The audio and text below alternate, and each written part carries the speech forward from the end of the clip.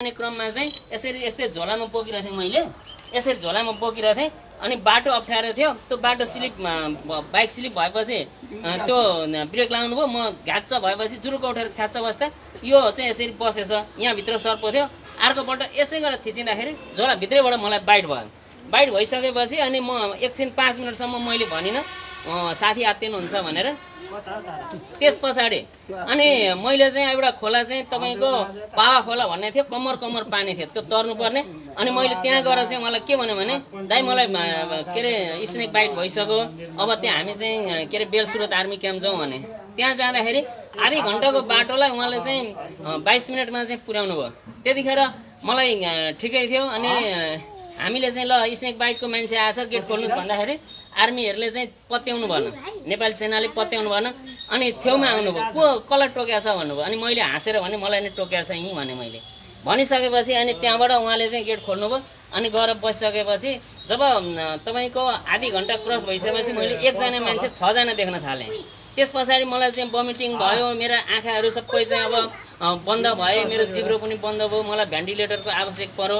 अनि त्यहाँनिर चाहिँ अब बाँच्ने स्थिति नभएपछि घोपा रिफर गऱ्यो। घोपा रिफर गरेपछि घोपा आएर चाहिँ अनि 56 भाइल चाहिँ दबाई लाग्यो होइन, दबाई लाग्यो। तर मेरो हिम्मत थियो के थियो भने म नेपालमा एन्टी भेनम बनाएर नेपाली जनतालाई चाहिँ सेवा गर्छु, नेपाली जनतालाई चाहिँ बचाउँछु भनेर हिँडेको मान्छे म यसरी मर्नु हुँदैन, म मर्दिनँ भन्ने मेरो हिम्मत थियो। हिम्मतको कारणले पनि मैले चाहिँ म बाँच्न सफल भएँ।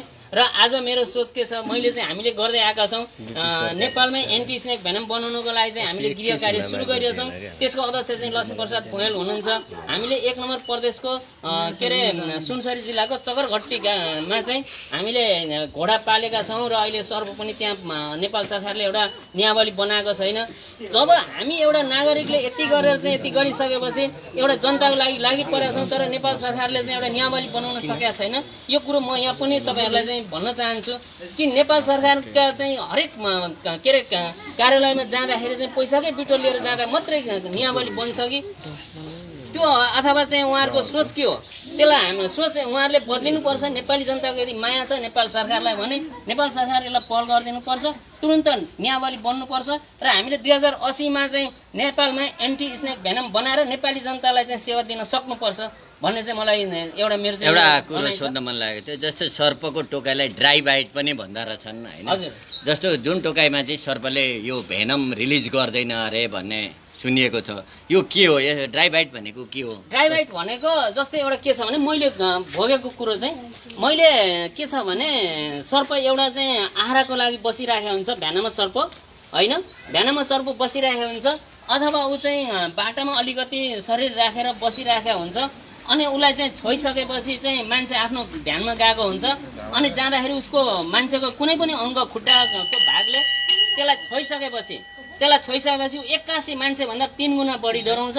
त्यो डराइसकेपछि के हुन्छ त भन्दाखेरि अनि उसले चाहिँ फक्का हिर्काउँछ। हिर्काउँदाखेरि उसको चाहिँ दाँतको डाम चाहिँ हाम्रो शरीरमा गाडिन्छ र त्यसलाई चाहिँ के हुन्छ भने भ्यान चाहिँ के अरे विष चाहिँ भित्र गएको हुँदैन, त्यसलाई ड्राई बाइट भनिन्छ। सर्पले त्यो विष आफै कन्ट्रोल गर्न सक्छ?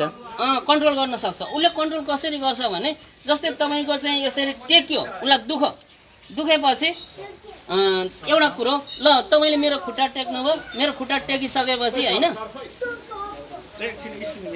एकछिन है, यहाँ भाइहरू पनि हुनुहुन्छ, भाइहरूलाई पनि यो बारेमा अलिकति ब्रिफिङ गरिदिनु होला। अब एकछिन यो अर्को होइन। अब त्यो ड्राई बाइटको केसमा चाहिँ म के भन्न चाहन्छु विष्णु सर भने जस्तै उसले चाहिँ मैले भोगेको कुरो र मैले गरेको अध्ययनमा चाहिँ जस्तै गाई भैँसी पालिरहन्छन्, गाई भैँसी ब्याएको छ, त्यसलाई दुहुनु पर्दाखेरि चाहिँ त्यत्तिकै के अरे हात लगाउँदा दुध आउँदैन, त्यसलाई पाडा बाछा लाउनै पर्छ। त्यो भनेको पगार्नु हो होइन, त्यो भनेको पगार्नु हो। त्यो त्यस्तै सर्पको पनि के हुन्छ भने उसलाई टेकिसकेपछि एग्रेसिभ भएर चाहिँ गरिसकेपछि उसको विष थैली र विष दन्तको चाहिँ जन्मै सम्बन्ध हुन्छ र विष दन्तबाट चाहिँ त्यो विष दन्त गडिसकेपछि विष थैलीले चाहिँ स्पन्ज गरिदिन्छ विष। अनि त्यो चाहिँ उसलाई दुखेर टोक्दा चाहिँ शरीरमा विष इन्जेक्ट हुन्छ होइन। तर ड्राई बाइट भनेको चाहिँ त्यही हो, ऊ आत्तिएर टोक्यो भने कसरी थाहा पाउने ड्राई बाइट र भेनमस बाइट? यस्तो छ ड्राई बाइट। अब मलाई चाहिँ कस्तो लाग्छ भने सबैभन्दा मलाई चाहिँ कस्तो लाग्छ भने ड्राई बाइट भनेको चाहिँ कसरी थाहा पाइन्छ भने ड्राई बाइट हुन बित्तिकै चाहिँ हुन त एउटा काँडाले घट्टा पनि दुख्छ होइन, तर ड्राई बाइट हुन बित्तिकै त्यति ठुलो चाहिँ के अरे पोल्ने उ गर्ने हुँदैन, हल्का उ हुन्छ र त्यसको वरिपरि रातो भएको हुँदैन। जब भेनमस बाइट छ भने चाहिँ टोकेको भागमा चाहिँ भागदेखि चाहिँ सररर एकदम रातो भएर चाहिँ माथितिर चाहिँ बढ्दै जान्छ, सुनिँदै जान्छ, त्यो रक्तनलीहरू रक्तनलीहरू चाहिँ उठ्दै जान्छ त्यस्तो। हजुर धन्यवाद। हुन्छ प्रेम सरलाई धेरै धेरै धन्यवाद है। मार्फतै सरहरू पनि आउनु भएको छ अनि हाम्रो कलाकार साथीहरू पनि आउनुभएको छ, डाइरेक्टर साहब पनि आउनु भएको छ। जुन तपाईँहरूले चाहिँ मेरो साथीलाई चाहिँ म के अरे परिचय म आफै गराइदिन्छु। तपाईँहरूले चाहिँ एउटा यो दोबाटे भन्ने टेली श्रृङ्खला हेर्दाखेरि चाहिँ उहाँ डाइरेक्टर हो। यहाँ हाम्रो चिबे भनेर एकजना बुढो मान्छे, त्यो चाहिँ खुट्टा हल्लाइराख्ने मान्छे चाहिँ उहाँ हो। हेर्दाखेरि चाहिँ बुढो देखिनुहुन्छ तर उहाँ यङ भर्खर 21-22 वर्षको हुनुहुन्छ होइन।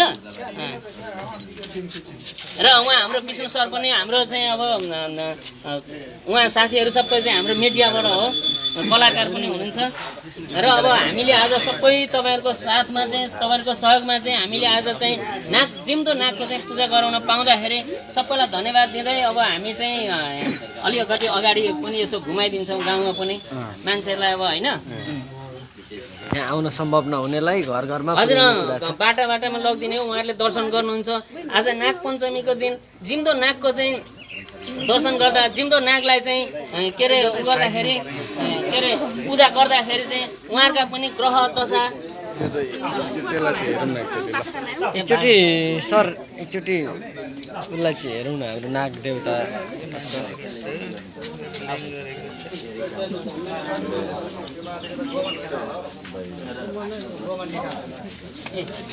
यी चाहिँ एकदमै नाग सबै नै नाग हुन्छन्, सबै नै नाग हुन्। हामी जस्तै यी चाहिँ मान्छे छौँ त्यस्तै प्रजातिका मान्छे एकै जातिका छौँ, तर यी नागहरू चाहिँ 3700 प्रजातिका छन् होइन। त्यति धेरै चाहिँ नागको चाहिँ प्रजाति छ र यी चाहिँ अब एकदमै हामीले चाहिँ जिउँदो नागको चाहिँ पूजा गराएर सबैलाई चाहिँ यी नाग राजा नागरानीहरूको चाहिँ आशीर्वाद लागोस्, रोग व्याधा चाहिँ सबै हराओस् भन्दै चाहिँ हामी अब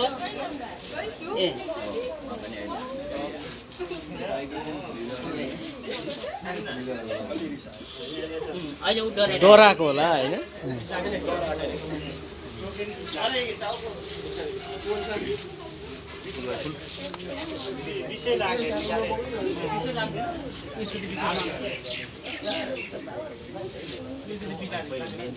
यति हो, अलि डरेर आएछ कि हुन्छ भनेपछि नाग यसरी नागको पूजा भइरहेको छ। रिसाएर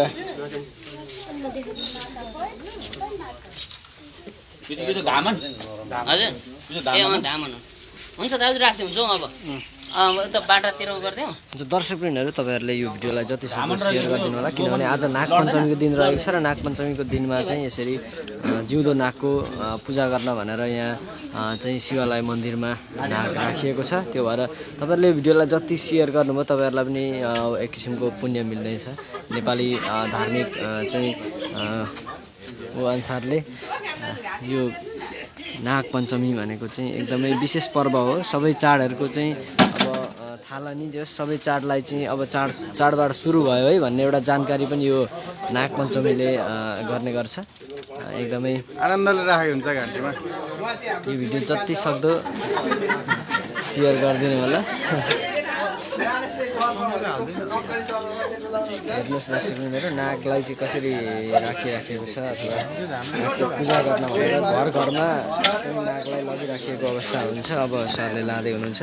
प्रेम विष्ट जो यसरी संरक्षक हुनुहुन्छ, धेरै नै यसरी जीवजन्तु मार्नु हुँदैन भनेर उहाँले ठुलो पहल गरिराख्नु भएको छ। ठुलो एउटा योगदान छ सबैमाझ। र हामी अन्त्यमा छौँ। अन्त्यमा के भन्नुहुन्छ प्रेम सर? धेरैजनाले हेर्दै हुनुहुन्छ अहिले यो भिडियोलाई। अन्त्यमा मेरो के छ भने नागराजा नागरानीलाई हामीले चाहिँ मार्नु हुँदैन। यिनबाट हामीले धेरै ठुलो आशीर्वाद पाएका छौँ। एउटा यिनले चाहिँ अदृश्य तरिकाले चाहिँ प्राकृतिकलाई चाहिँ स्वच्छ बनाएका छन्। त्यो प्राकृतिक स्वच्छ हावापानी हामीले चाहिँ के अरे उ गर्न पाएका छौँ, युज गर्न पाएका छौँ। त्यो कारणले गर्दाखेरि अब नागराजा नागरानीलाई मार्यौँ भने हाम्रो संसार पनि भोलि चाहिँ एउटा अचम्मको होला। जब सकिँदै गएपछि मार्दै गएपछि सकिन्छ एक दिन। सकेपछि के हुन्छ भने प्रकृतिलाई असर पर्छ, क्लाइमेटलाई असर पर्छ र हामीलाई चाहिँ भोलि आफैलाई मान्छेलाई नै धेरै ठुलो चाहिँ असर पर्ने भएको कारणले गर्दाखेरि आज हामीले चाहिँ जिउँदा नागलाई त्यो कारणले पनि एउटा जिउँदा नागलाई चाहिँ अब पूजा गराएर चाहिँ मानव जाति र नाग राजा नागरानीको चाहिँ एउटा दूरी धेरै टाढा नहोस्, एक अर्कामा चाहिँ दुश्मनीको भावना नहोस्।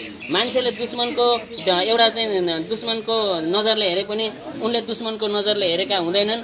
अब हामी यति भन्दै चाहिँ नागराजा नागरानी राजा जिउँदो नागराजा नागरानीलाई चाहिँ पूजा गराउन पाउँदाखेरि हामी धेरै नै खुसी छौँ। धेरै भक्तजनहरू खुसी हुनुहुन्छ र आगो तपाईँहरूले जसले यसरी हेर्नुहुन्छ हाम्रो आज यो चाहिँ हामीले 3 वर्ष हो लगातार होइन, हामीले चाहिँ यसपल्ट अलिकति भिन्नै तरिकाले मनाएका छौँ।